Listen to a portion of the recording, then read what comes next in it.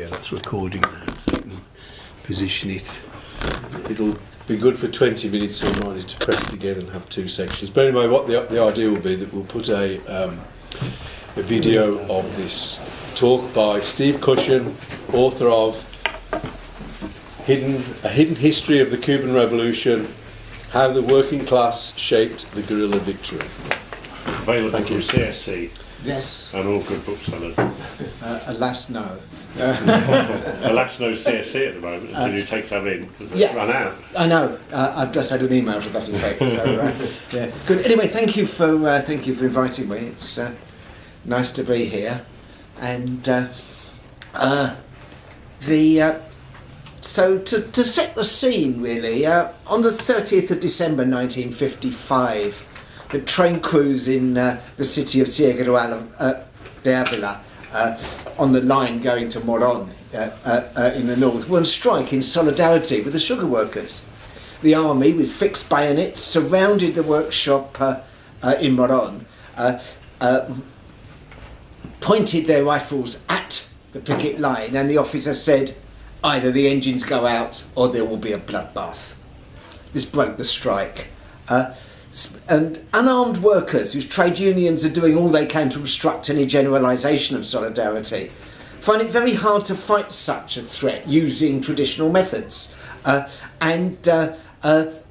However, in this case, small groups initially of militants emerged from this and similar defeated strikes, looking for new methods of defending their interests. And basically, this book is my attempt to tell the story, I hope to do them justice, of some exceptional working class militants who succeeded in defeating such a kind of brutal dictatorship. Okay, so what was the role of organised labour in the Cuban insurrection? This untold story of working class involvement in the Cuban insurrection of the 50s comes from the archives, really. Both some of the central archives in Havana and regional archives around the country, as a story of courage and organisation, and how recovering from the defeat of an important series of industrial battles in 1955. A small but very determined group of workers managed to build a clandestine labour movement in the face of an entrenched trade union bureaucracy and a brutal military dictatorship. They refused to accept the logic of capitalist industrial relations, which relates workers' demands to the employer's ability to pay. They organised unofficial strikes, produced a lively underground press, and combined industrial action with sabotage and armed conflict in support and alliance with the rebel guerrillas. By the end of 1958, they were able to organise 2 revolutionary workers' congresses composed of hundreds of delegates, and finally, the most complete general strike in Cuban history. So, given quite an impressive record that this is, one wonders why the story is untold, particularly as the evidence is actually available in the archives for anyone who cares to look for them. I haven't got an answer to that, really. It strikes me that so much historical writing prefers to look at the actions of great men and really is quite blind to the ability of ordinary workers to take an independent and decisive collective role in the development of events. So, anyway, to answer the question about what was the role of organised labour in the Cuban insurrection, there are some subsidiary questions that I hope to kind of answer for you. So, to start really with, what were the problems facing Cuban workers during the 1950s? There was a deep contradiction at the heart of the Cuban economy. The national income, principally derived from the export of sugar, 80% of Cuban exports were sugar, was insufficient to maintain the wage rates and staffing levels that the workers historically expected. And at the same time to provide profit margins the employers demanded. And so in order to maintain their profits, business interests needed to increase productivity, which they sought to do by cutting wages, decreasing staffing levels and introducing new machinery. Such a redivision of the national income in favour of capital at the expense of labour didn't, however, prove possible under a democratic regime.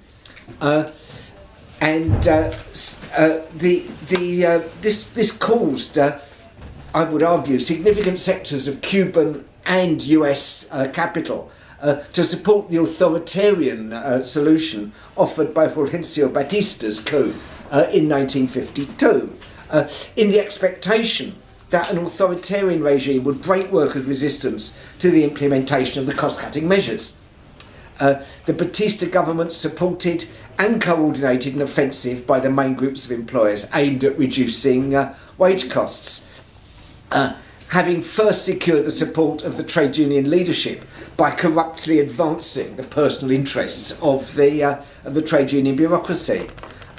This productivity drive was conducted sector by sector, rather reminiscent of the Ridley plan that Thatcher used back in the day, and they went to a great deal of trouble, a la Ridley, of ensuring that no two significant groups of workers came under attack at the same time, thereby sort of reducing the possibility of collective resistance.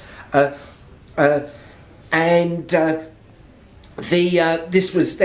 were helped by the trade union bureaucracy, who played a moderating and conservative role. However, whenever there was a danger that groups of workers might bypass the limits set by the bureaucracy, the government used repressive force to defeat them. So there's this dual strategy of repression and corruption, and that was employed throughout 1955.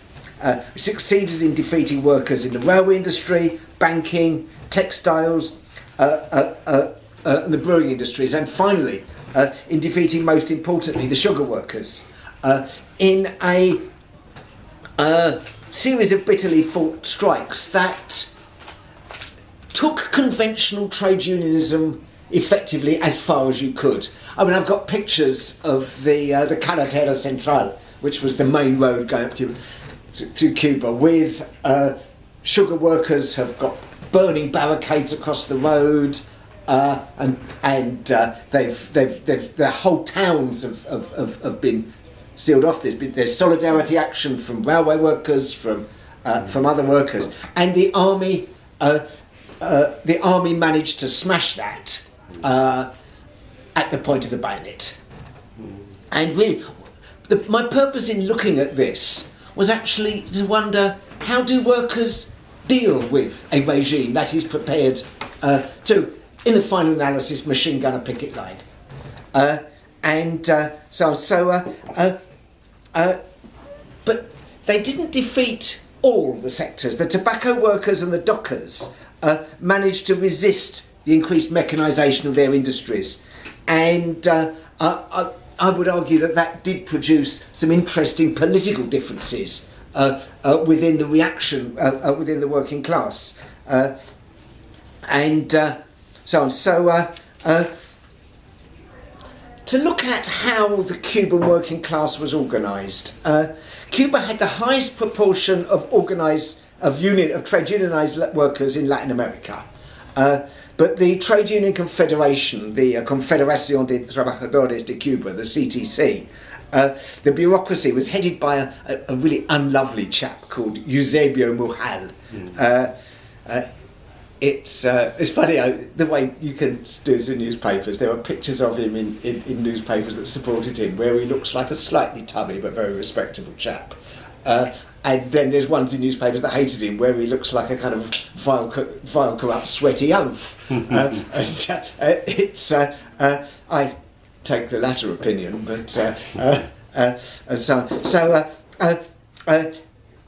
this organisation was completely corrupt, and from 1947, 48, 49, this Eusebio Mujal and his confederates had succeeded with government support, in taking over the trade union machine through a mixture of gangster violence and government patronage and corruption. There was a dozen or so workers' leaders were murdered by either the police, gangsters, and so on. And so by now the trade union bureaucracy was completely in the hands of Muhal and his confederates. However, up to about 1955, this bureaucracy had appeared to defend wages and conditions, and largely kind of maintained its hegemonic position. But once the employers' offensive started in 1955, it revealed itself to be completely unable, or unwilling, or both, to safeguard workers' living standards, and was increasingly seen to be part of the problem rather than the solution. And I think using the term organised labour, we can use that to describe working class organisation at a number of levels. There's the formal structures of the trade unions. Then there are a multiplicity of unofficial informal structures, shop stewards committees, rank and file organisations, party caucuses, and so on, neighbourhood organisations through which ordinary workers defend their own interests, often in the face of obstruction from the official bureaucracy.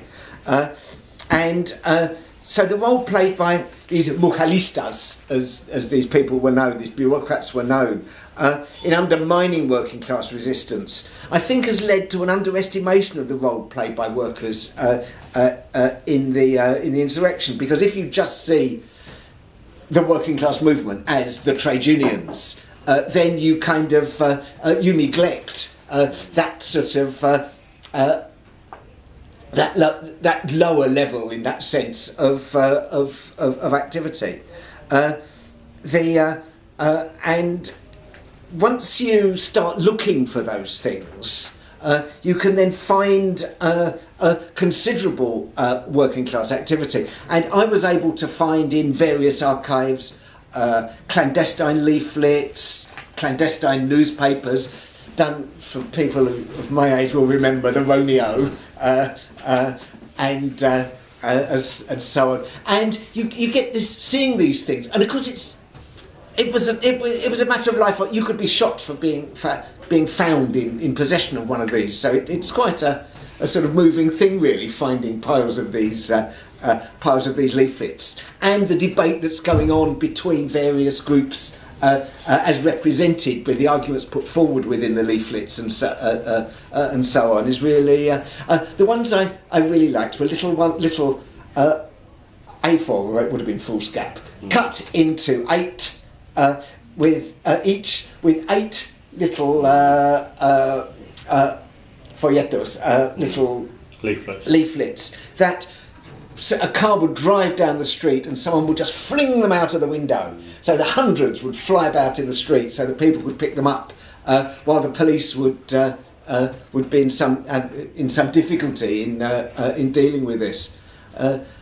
Some of the imaginative stories that you read of the propaganda efforts. There was a group in Guantanamo, very much the centre of this kind of working class resistance. One day, a group of militants got a horse, put placards down the side of it with anti-government slogans on it, and released it in the centre of the market. The terrified creature ran around with the police and soldiers trying to catch it, looking absolutely stupid, while everyone cheering the horse to get away. And so, this is sort of, I think, that shows a kind of a level of imagination and spirit of resistance that you can see isn't going to be too intimidated.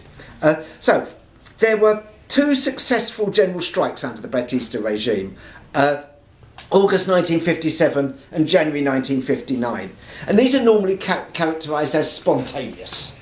And I think this is an example of a tendency of historians to see an event as spontaneous, when in reality they just don't know who actually organised it.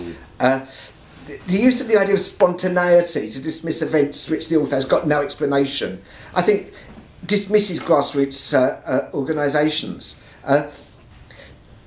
And I would argue that these two strikes, as well as large amounts of other militant working class activity, were the work of a network of activists linked to the rebel movement.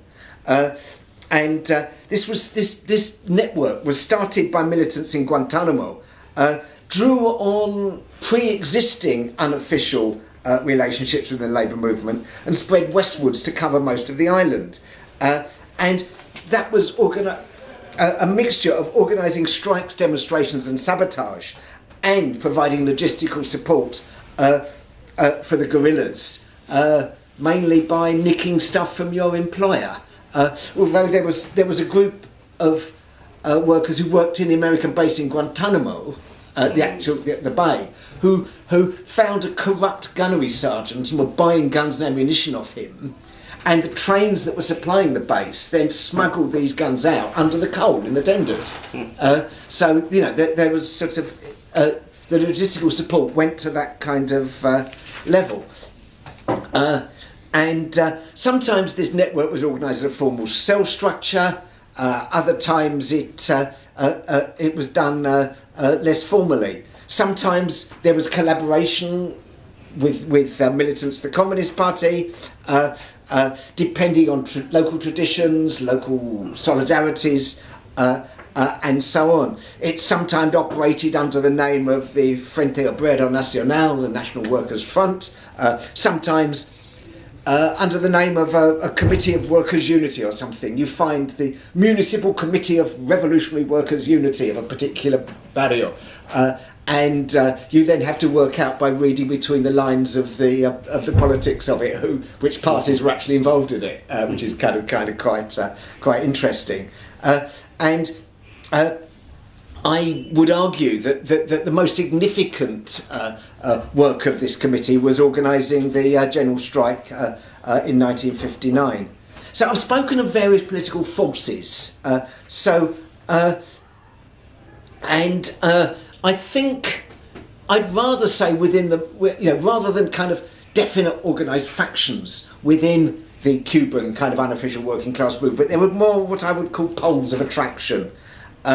And so you have the bureaucracy as a definite pole of attraction within the labour movement. You had the Partido Socialista Popular, which the Popular Socialist Party, PSP, that was the name that the Communist Party went under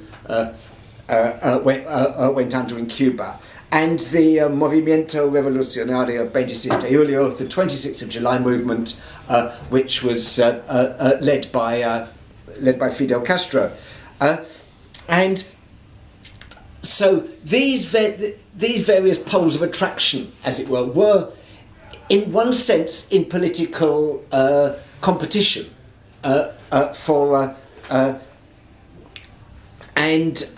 but I would suggest that from 1955 onwards, with the defeat of those major strikes of which I spoke, the main question in working class political life was for support between the PSP and the July the 26th movement, getting closer together and attempting to win people from their traditional support for the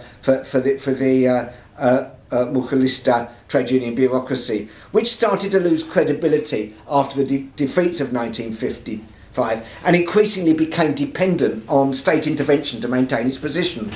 There were also some splits within that bureaucracy, and they took two forms. On the one hand, you had internal jealousies, arguments over the division of the spoils of corruption, and so on. On the other hand, you had a few honest officials who opposed what they saw as a sellout of the workers' interests. And that latter group was small in number, but quite significant in their effectiveness. And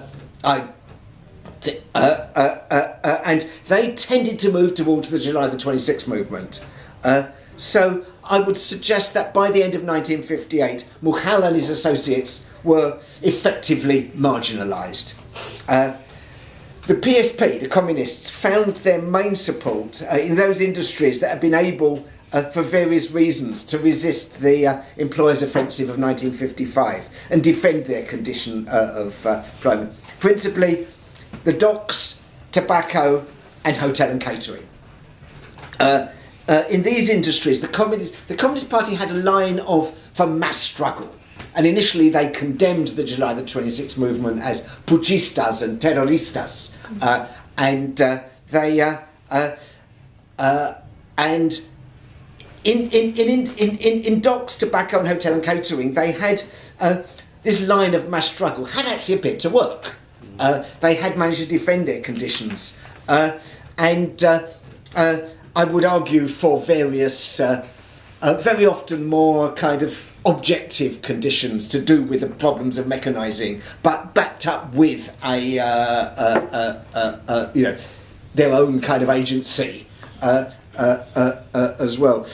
Whereas those industries that had suffered the defeat in the class battles of 50, railways, banking, textiles, sugar, and so on, those a lot of the kind of the traditional grassroots leaders started looking for a more radical policy, and they were attracted by the armed struggle approach of the July the 26th movement. In particular, there was a group of railway workers in Guantanamo, led by a chap called Nico Torres, he'd been a Trotskyist in the 30s, he'd been a sugar worker, he'd been involved in some of the peasant struggles over land, and by the mid 50s he was minute secretary of the Railway Brotherhood in Guantanamo, and effectively the local leader of the working class movement there. Guantanamo, the only way you could reach it in those days was by railway, which made the railway workers very powerful. And they knew it, and they would cut the city off whenever they felt like it, almost. And they would do this as often as not in solidarity with other groups of workers, which meant that when they wanted to strike, other groups of workers were very often prepared to support them. So there was a kind of a tripartite relationship between the sugar workers, the rail workers, and the dockers of Boquerón that would quite often walk out whenever one group did or another. Torres and some of his comrades developed a tactical approach that they called Movimiento Obrero Beligerante. I suppose you describe that as something like a workers' movement on a war footing. They combined traditional industrial action like strikes, go-slows, demonstrations, with sabotage, bombing, and other kind of armed actions. So thus, during a railway strike, any scab trains were derailed. When the telephone operators went on strike, they cut the wires. Electricity workers would go on strike and take important bits of machinery out with them, and so on. And they also, this group, were organising, were arming themselves and were practising, not necessarily that effectively, but were nevertheless practising sort of gunfire in the hills and making some of their own bombs, with later disastrous effects, unfortunately. But anyway, we might come to that later. And this dovetailed with the July the 26th approach, which called for the July the 26th believed that the regime would be overthrown by a general strike, supported by the guerrilla action. But the interesting thing to me is the fact that these workers adopted what were clearly revolutionary tactics didn't actually alter their basic demands, which were kind of reformist in the sense that they sought improvements within capitalism, wages and so on. Although, of course, in the context of the Cuban economy of the period, that was revolutionary because the Cuban economy could not afford to maintain the conditions that they were demanding. What was the relationship between the PSP, the Communist Party, and the July the 26th movement? The struggle obviously inevitably brought them into contact, and the dynamics of workplace organisation really forced these two groups of militants to interact. And there was obviously a continued political debate and disagreement, but a process of convergence started to occur out of this relationship, and it was considerably in advance of the process of convergence that occurred at national level between the communists and the July the 26th. The two organisations actually had much in common politically. Both were advocating an egalitarian nationalist solution to the social economic crisis. Both assumed the necessity of a cross-class alliance, and both saw the revolutionary process as one that progressed by stages. Neither grouping was openly advocating socialism. Now, you talk to some of the old militants now, and they say, of course we were. And you say, well, shucks, what's implied there? And I think that this is rereading history backwards, and so on. The differences between the PSP and the July the 26th were largely tactical. The PSP was promoting unarmed mass struggle, la lucha de masas, as they called it, while the July the 26th movement saw the need for armed action. Both organisations put the general strike at the centre of their approach, but they had a very different conception of their tactic. To the communists, it read as a traditional stoppage of work by the overwhelming majority of workers achieving their object by sheer weight of numbers. To the July the 26th movement, the general strike was more akin to a mass popular armed insurrection. But as opposition to the regime grew, these differences were kind of tested in practice. And the communist leadership learnt the need for armed support, while the July the 26th movement leadership realised that popular support couldn't just be summoned out of nationalist loyalty, but had to be built by relating to workers' economic and social interests. The process of this tactical conversion began at workplace level. Local solidarity pushed militants from both organisations to work together. And this conversion, again locally, was boosted by the increasing brutality of the regime.